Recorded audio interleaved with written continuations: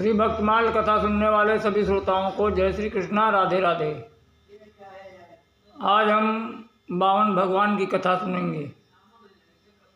तो जब देवासुर संग्राम हुआ तब जितने भी दैत्य थे वो सभी मारे गए और जो बचे थे उनको दैत्यों के गुरु शुक्राचार्य जी ने मृत संजीवनी विद्या के बल पर जीवित कर दिया। अब तो जो बलि आदि जो दैत्य थे उन्होंने कहा कि गुरुदेव अब आप ये जीवन आपके ही हवाले है, क्योंकि आपने इसको बचाया है, आप जो कहोगे वही हम सब करेंगे। तो शुक्राचार्य जी ने कहा कि बलि ऐसा करो, तुम सबसे पहले ब्राह्मणों को प्रसन्न करो।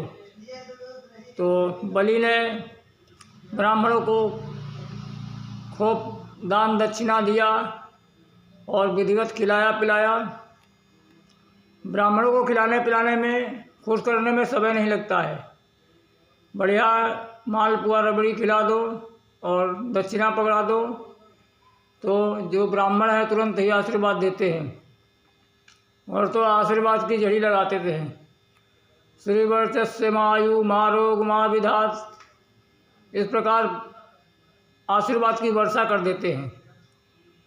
तब ब्राह्मणों ने प्रसन्न होकर बलि को एक दिव्य रथ दिया और कहा कि बलि, इसके ऊपर तुम सवार होकर तुम जिससे भी लड़ना चाहोगे उससे उसको हरा दोगे और इससे तुमसे कोई जीतेगा नहीं। तो बलि ने हाथ जोड़कर ब्राह्मणों को प्रणाम किया और शुक्राचार्य जी ने कहा कि समय अच्छा है, तुरंत आक्रमण बोल दो स्वर्ग पर। तो बलि और जितने भी दैत्य थे सभी ने आक्रमण बोल दिया स्वर्ग में, और जो देवता थे सभी स्वर्ग खाली कर कर भाग गए। अब देवता बेचारे इधर उधर गिरी कंदराओं में छिप कर रहने लगे। तब जो देवताओं की माँ थी अदिति, वो बेचारी बहुत दुखी हुई और उन्होंने कश्यप जी से कहा कि प्रभु कुछ ऐसा उपाय करो जिससे जो हमारे पुत्र दर दर भटक रहे हैं उनको अपना पुनः राज्य मिल जाए। तो कश्यप जी ने कहा कि अदिति, तुम फाल्गुन के शुक्ल पक्ष में जो पयोव्रत नाम का व्रत होता है वह करो, और उसके करने से भगवान नारायण प्रसन्न होंगे और वो तुम्हारी मनोरथ को पूर्ण करेंगे। तो कश्यप जी कहते हैं कि फाल्गुने श्यामले पक्षे द्वादश्याहं पयोव्रता, ये 12 दिन का केवल दुग्धाहार करके व्रत किया जाता है। तो माता अदिति ने इस व्रत को किया। तो भगवान ने माता अदिति को दर्शन दिया और कहा कि मैं तुम्हारे यहाँ तुम्हारा पुत्र बनकर आऊँगा। और भगवान ने वामन के रूप में भादों की द्वादशी को शुक्ल पक्ष में अवतार लिया, और जो वामन द्वादशी के नाम से भादों में मनाई जाती है। और जब भगवान वामन ने माता अदिति के यहाँ अवतार लिया तब जितने भी महर्षि थे, ऋषि मुनि, सभी प्रसन्न हो गए कि अब तो इन दैत्यों से छुटकारा मिलेगा। तम वटुं वामनं दृष्ट्वा मोदमाना महर्षया कर्माणि कारयामास प्रजापति पुरस्कृता। उन्होंने वामन भगवान का जात कर्म संस्कार कराए और सर्वप्रथम वामन भगवान को यज्ञोपवीत हुआ। उसमें जो गायत्री के अधिष्ठान देवता सविता है उन्होंने उनको गायत्री मंत्र दिया, और माता अदिति ने कौपीन दिया बृहस्पति ने उनको मंत्र दिया तथा चंद्रमा ने उनको दंड दिया, पृथ्वी ने कड़ाऊँ दी। इस प्रकार सभी ने, और ब्रह्मा जी ने कमंडलू दिया। तो वामन भगवान भिक्षा लेकर, जब जनेऊ संस्कार होता है तो उसमें भिक्षा के लिए बटुक जाते हैं। तो भिक्षा में जो मिलता है वो अपने गुरु के पास अर्पण कर देते हैं। तो वामन भगवान ने भी भिक्षा मांगी, तो माता अन्नपूर्णा थी, उन्होंने भिक्षा दिया और भिक्षा लेकर वो अपने गुरुदेव बृहस्पति के पास गए। तब बृहस्पति जी कहते हैं कि वामन, हे बटुक, मुझको भिक्षा में तीनों लोक की संपत्ति चाहिए।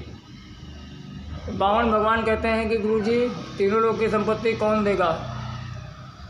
तब बृहस्पति कहते हैं कि जो राजा बलि है वो नर्मदा के किनारे यज्ञ कर रहा है, वहीं पे जाओ और वही तुमको देगा। और इधर जब राजा बलि को स्वर्ग का राज मिल गया तो उनके गुरु शुक्राचार्य ने कहा कि बलि, अब एक काम और करो, तुम 100 यज्ञ करो जिसमें तुम इंद्र के पद के अधिकारी हो जाओगे। जो 100 यज्ञ कर लेता है वो इंद्र के पद का अधिकारी हो जाता है। तो बलि सभी ब्राह्मणों को लेकर नर्मदा के किनारे यज्ञ करने लगा और उसका 99वां यज्ञ चल रहा था। तो भगवान वामन कमंडलू छाता लिए हुए बलि की यज्ञशाला में पहुँचे। तो जब बलि ने देखा भगवान के दिव्य तेजस स्वरूप, ब्रह्मचारी स्वरूप को देखकर बलि से रहा नहीं गया और वो खड़ा होकर स्वागत करने के लिए आगे चल दिया। बलि कहता है कि स्वागतम ते नमस्तुभ्यं ब्रह्मण किं करवाणि ते, ब्रह्म ऋषीणां तपा साक्षात् मन्ये त्वारि बपोधरम्। हे बटुक, ब्राह्मण देवता, तुम्हारा स्वागत है। और आज तो लगता है कि मेरा ये जो तपस्या है वही मूर्तिमान बनकर मेरे सामने तुम्हारे रूप में प्रकट हो गई है। बताओ मैं तुम्हारा क्या स्वागत करूं, तुमको क्या चाहिए? तो वामन भगवान कहते हैं कि बलि, हमको कुछ नहीं चाहिए, हम तो तुमसे मिलने के, तुम्हारा नाम सुना था इसके लिए तुमसे मिलने के लिए आए हैं, और बाकी हमको क्या चाहिए? तो बलि कहता है कि नहीं बटुक वामन, हमको पता है कि ब्राह्मणों के, बलि कहता है कि ब्राह्मण का लड़का कभी किसी के दरवाजे पे बगैर मतलब के जाता नहीं। तो भगवान कहते हैं कि भाई बलि, अगर हम संतोषी ब्राह्मण हैं, इसके लिए हम कुछ मांगते नहीं किसी से। तब बलि कहता है कि महाराज, गा कांचनम गुणदबद्धामष्टम तथा नवेमुपवा विप्रकन्याम। बलि कहता है कि बोलो महाराज, तुमको क्या चाहिए? गाय चाहिए, सोना चाहिए, या संपदा से भरा हुआ घर, और अगर या उत विप्रकन्या, अगर तुम्हारा ब्याह नहीं हो रहा तो मैं तुम्हारे लिए एक ब्राह्मण की बेटी का विवाह तुम्हारे तरह ही ढूंढ के करवा दूं। इस प्रकार बलि बार बार जब कहता है तब भगवान कहते हैं कि अच्छा राजन, तुम्हारा जो ये स्वभाव है दानशीलता का, ये तुम्हारा बहुत ही उत्तम है। क्योंकि क्यों ना हो, क्योंकि तुम्हारे जो परदादा प्रहलाद रहे और उनके भी विरोचन पुत्र रहे, उन्होंने सर्वस्व दे दिया ब्राह्मणों को, और उन्हीं विरोचन के पुत्र बलि तुम हो। तो इसके लिए तुम अपने जो तुम्हारा परिवार कुल है उसके उचित ही तुम्हारी वाणी है, और अगर तुम देना ही चाहते हो तो पदानी तीनि दैत्रेन्दं सम्मतानि पदा मम। अगर देना ही चाहते हो तो मुझे मेरे पैरों के समान 3 चरण भूमि दे दो, क्योंकि मैं जहाँ भी पूजा पाठ करने बैठता हूँ तहाँ वो सब कोई भी अपने दरवाजे रुकने नहीं देता, कहता है कि ये ब्राह्मण देवता चलो यहाँ से, आज तुम पूजा कर रहे हो, कल हनुमान जी ला के बैठा दोगे, परसों मंदिर बनाने लगोगे, तो इसके लिए मुझको अगर 3 चरण भूमि मिल जाए तो मैं आराम से अपना पूजा पाठ किया करूँगा। तब बलि ने जब सुना तो वो हंसने लगा और कहने लगा, महाराज कम से कम अपना नहीं तो मेरा तो ख्याल करो कि 3 चरण भूमि मांग रहे हो, वो भी तुम्हारे चरण कितने छोटे छोटे हैं। बलि कहता है कि जो मेरे से एक बार मांग लेता है वो दोबारा फिर किसी से मांगता नहीं है। तो बलि कहता है कि और कुछ मांग लो। भगवान ने कहा नहीं, हम संतोषी ब्राह्मण हैं, हमको इतना ही चाहिए और कुछ नहीं चाहिए, अगर देना हो तो दो। तो बलि कहता है अच्छा महाराज, जहाँ तुमको अच्छा लगे, ज़मीन जगह जहाँ सुंदर लगे वो तुम ले लो।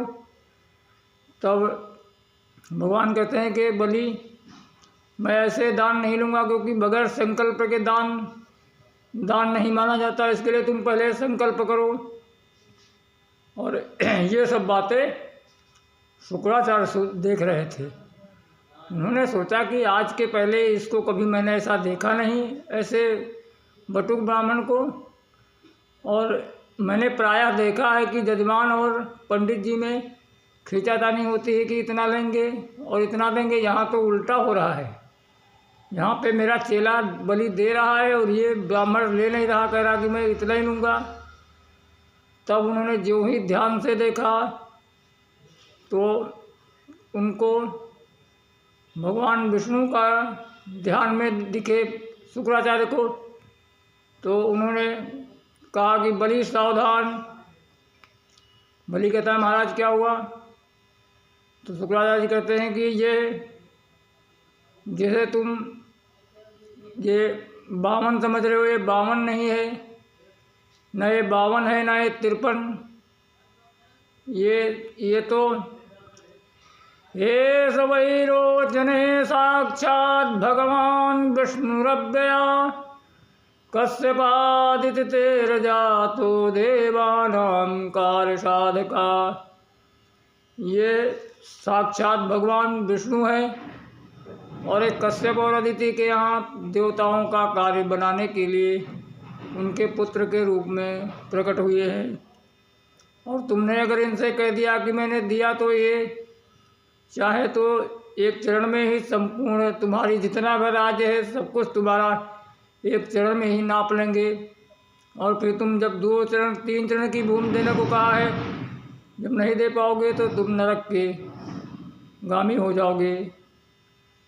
तब बलि कहता है कि महाराज मैंने इनसे कह दिया है मैं दूंगा, और अगर नहीं देता हूँ तो मुझे नरक में जाना पड़ेगा। और अगर ये बटुक 52 है तो ये 3 चरण भूमि लेकर चले जाएंगे, और अगर ये भगवान विष्णु हैं तो इससे बड़ा सौभाग्य मेरा क्या होगा कि दाता एक राम भिखारी सारी दुनिया। जो संसार भगवान से हाथ फैलाकर मांगता है, और वही भगवान अगर मुझसे कुछ मांग रहे हैं तो मुझसे बड़ा भाग्यवान कौन होगा। और बलि कहता है अगर मैं नहीं दूंगा तो झूठा पड़ जाऊंगा, मेरा वचन झूठा हो जाएगा।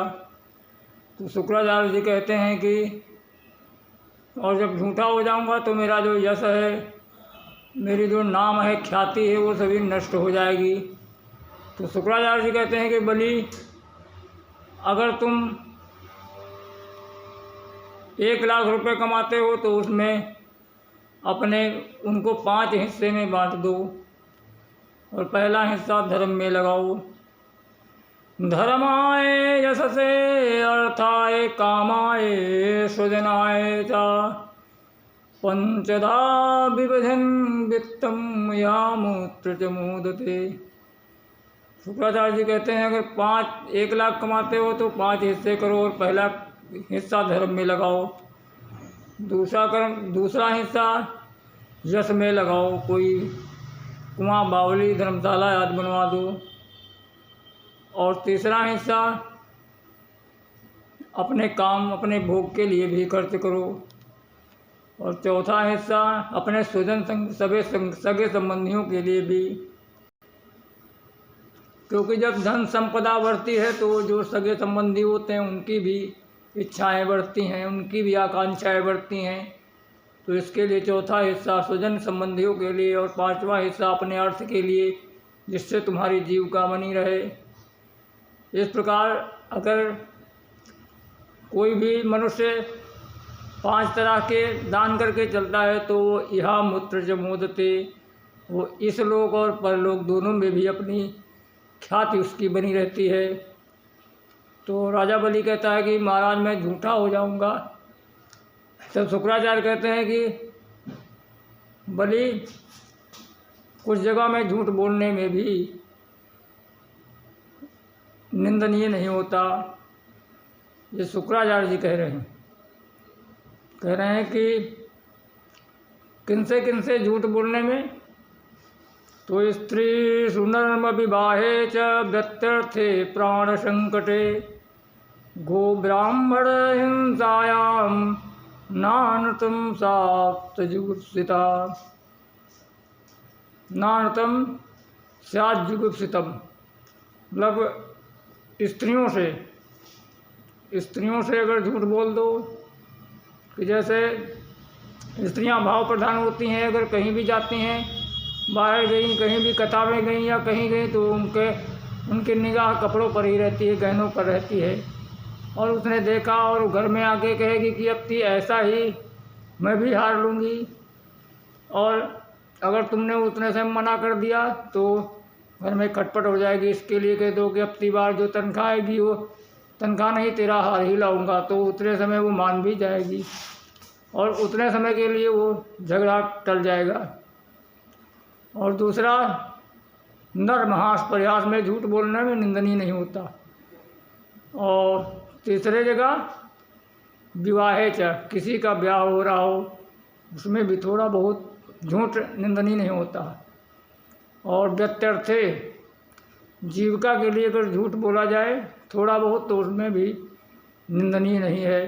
और गो ब्राह्मण हिंसायाम, और ब्राह्मण और गाय की अगर झूठ बोलकर हिंसा रुक जाती है तो भी निंदनीय नहीं है। इस प्रकार शुक्राचार्य जी ने राजा बलि को बताया, लेकिन राजा बलि नहीं माने तो शुक्राचार्य जी क्रोधित होकर चले गए। वो बोले, जाओ तुम मेरी बात को नहीं मान रहे हो, बहुत पंडित हो गए हो, अचरात भ्रष्ट से श्रिया, जो तुम्हारे श्री और पद सभी नष्ट हो जाए। ऐसा कहकर शुक्राचार्य जी चले गए।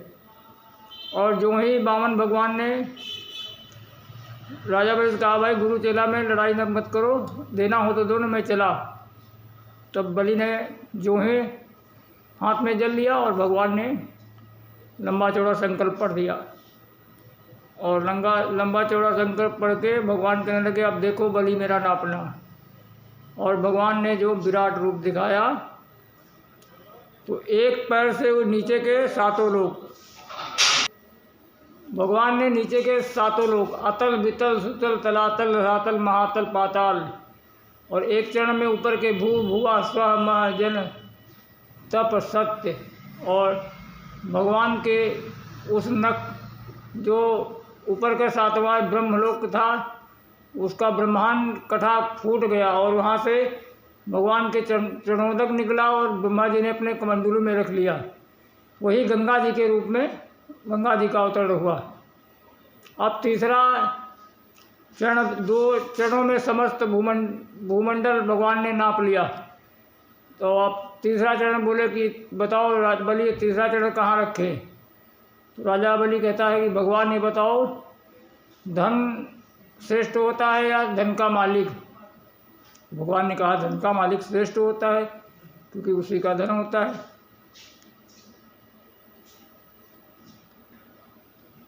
तो बलि ने कहा कि भगवान, आपने 2 चरणों में मेरा धन ही धन स्वीकार किया है, अब इस तीसरे चरण में मैं इस धनवान को भी स्वीकार कर लो।